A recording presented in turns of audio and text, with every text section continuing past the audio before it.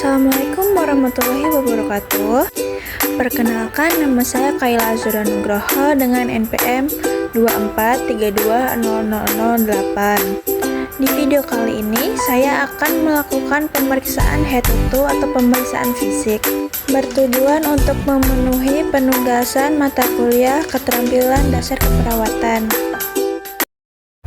Pemeriksaan fisik ini bertujuan untuk mengetahui dan memperoleh informasi mengenai status kesehatan pasien, serta memvalidasi keluhan dan gejala yang dialami oleh pasien. Nah, pemeriksaan ini dilakukan dimulai dari kepala hingga ekstremitas bawah. Terdapat 4 tindakan yang penting dilakukan saat pemeriksaan fisik. Yang pertama adalah inspeksi, yaitu dengan kita melihat. Kemudian palpasi, kita melakukan perabaan. Kemudian perkusi, kita melakukan pengetukan. Selanjutnya auskultasi, yaitu kita mendengarkan bunyi-bunyi organ dengan menggunakan stetoskop. Selanjutnya adalah persiapan alat. Ada tensi, refleks hammer, handscone steril, pen light, termometer, stetoskop, hand sanitizer, pengukur tinggi badan, dan timbangan berat badan. Yang pertama kali dilakukan dalam pemeriksaan fisik ini adalah untuk melihat keadaan umum pasien. Apakah pasien tampak lemah, sehat, atau tidak bisa berjalan? Serta kita melihat atau mengetahui tingkat kesadaran pasien dengan menggunakan Glasgow Coma Scale atau GCS, di mana ada 3 respon yang perlu dilakukan pemeriksa, dari respon membuka mata, respon motorik, dan verbal.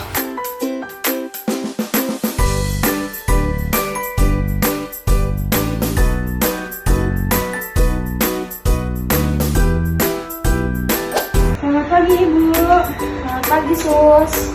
Ibu kabarnya gimana? Alhamdulillah baik. Perkenalkan, nama saya Suster Kaila. Ibu Salsa, bisa diangkat tangannya Ibu? Bisa Sus. Oke, sebelah lagi Ibu. Oke. Ibu Salsa nanti akan dilakukan pemeriksaan tekanan darah ya Bu, dan pemeriksaan suhu dan pemeriksaan lainnya ya. Apakah Ibu bersedia? Bersedia Sus. Selanjutnya saya akan melakukan pemeriksaan tekanan darah. Nilai normal tekanan darah adalah 120/80. Jika tekanan darah kurang dari angka tersebut, maka akan dinyatakan hipertensi atau darah rendah. Dan jika tekanan darah lebih dari angka tersebut, maka akan dinyatakan hipertensi atau darah tinggi. Selanjutnya, saya akan melakukan pemeriksaan suhu tubuh. Normalnya suhu tubuh yaitu 36,6 derajat Celcius sampai 37,2 derajat Celcius. Jika tubuh kurang dari angka tersebut, maka akan terjadi hipotermi. Dan jika suhu tubuh melebihi angka tersebut, maka akan terjadi hipertermi. Selanjutnya, saya akan melakukan pemeriksaan denyut nadi. Denyut nadi normal adalah 60 sampai 100 kali per menit. Namun ada beberapa faktor yang mempengaruhi denyut nadi, yaitu aktivitas fisik, kebugaran, suhu tubuh, posisi tubuh, emosi, dan ukuran tubuh. Tindakan yang selanjutnya, saya akan memeriksa bagian pernapasan atau respirasi. Respirasi normal adalah 12 sampai 20 kali per menit. Selanjutnya, kita akan melakukan pemeriksaan tinggi badan dan berat badan.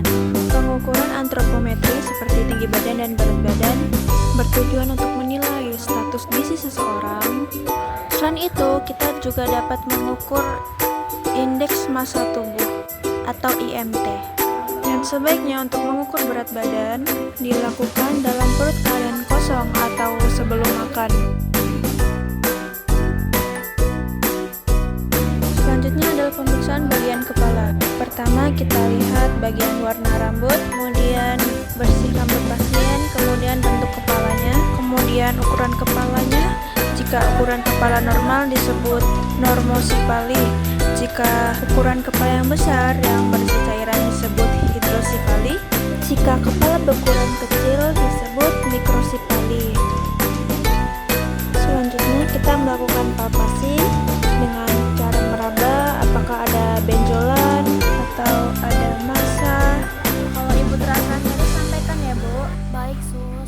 Kemudian kita melakukan pemeriksaan bagian mata, kita inspeksi asimetrisan mata bagian kanan dan kiri, kemudian jarak antara ujung telinga dengan ujung mata, begitu juga sisi sebelahnya. Kemudian kita suruh pasien coba lihat ke atas untuk melihat konjungtivanya sekalian skleranya. Kemudian pemeriksaan refleks pupil. Jika kita arahkan penat ke arah mata, maka pupil akan refleks untuk mengecil.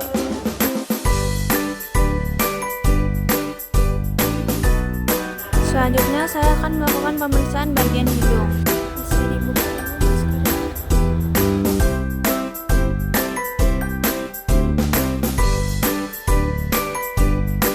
Kita periksa kesimetrisan bagian tulang hidung, kemudian lubang hidung kanan dan kiri.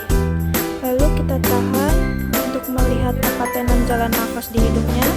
Minta pasien untuk menarik nafas. Pada saat meraba, kita tanya apakah pasien terasa nyeri. Kalau terasa nyeri, kita curigai pasien mengalami sinusitis.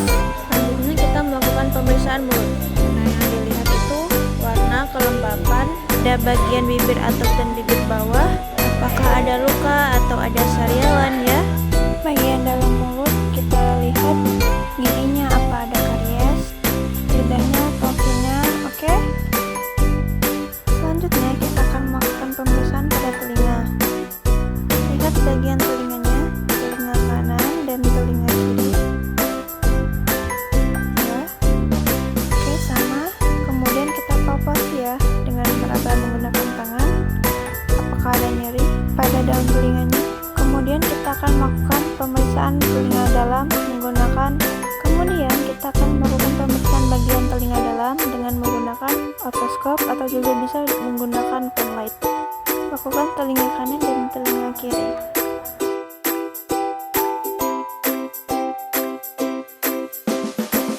Oke, selanjutnya kita akan melakukan pemeriksaan pada leher ya. Pada leher apakah ada memar atau lesi.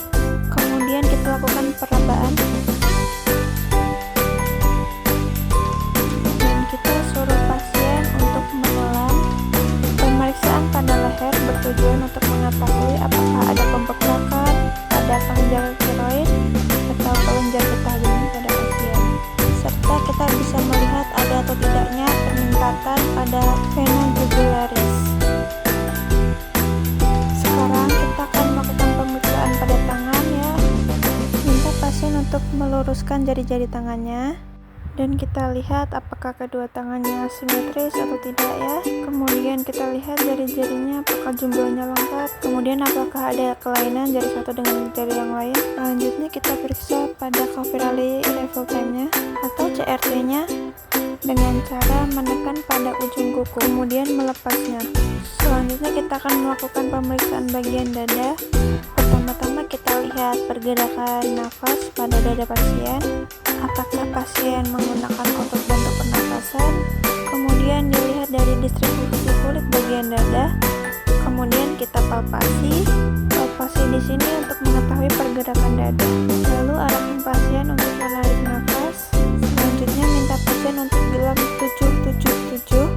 Pada palpasi kita bisa melakukan periksa vokal peritus atau taktil peritus dengan meminta pasien mengucapkan 777 atau 99 beberapa kali pada bagian depan dan bagian belakang.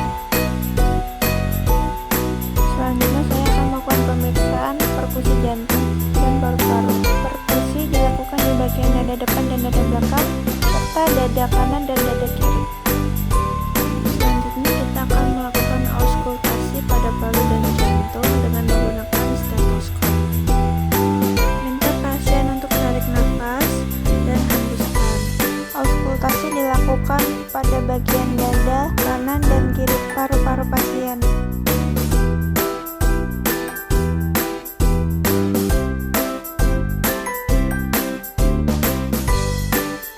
Selanjutnya kita akan melakukan pemeriksaan bagian perut atau bagian abdomen.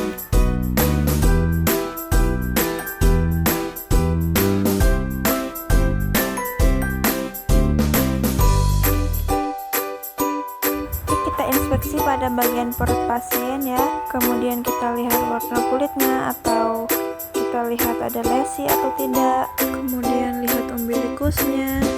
Lalu kita lakukan palpasi. Kita lakukan palpasi ringan dan palpasi dalam.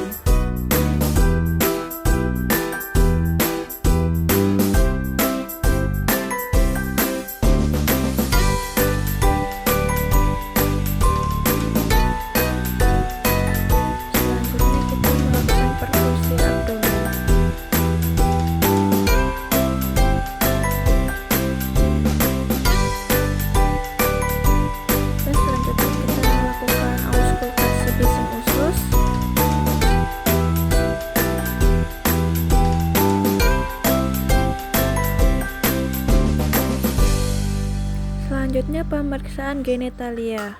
Hal ini bertujuan untuk melihat kebersihan pada daerah genitalia, ukurannya, kemudian abnormalitas pada saluran perkemihannya, apakah pasien mengeluhkan nyeri atau adanya penggunaan alat bantu berkemih atau kateter, atau penggunaan alat kontrasepsi, dan sebagainya. Selanjutnya kita melakukan pemeriksaan bagian kaki. Kita inspeksi bagian kaki, kesimetrisan antara kaki kanan dan kaki kiri. Kemudian lihat jari-jarinya apakah lengkap. Kemudian lihat kuku-kukunya, bandingkan dengan sisi sebelahnya.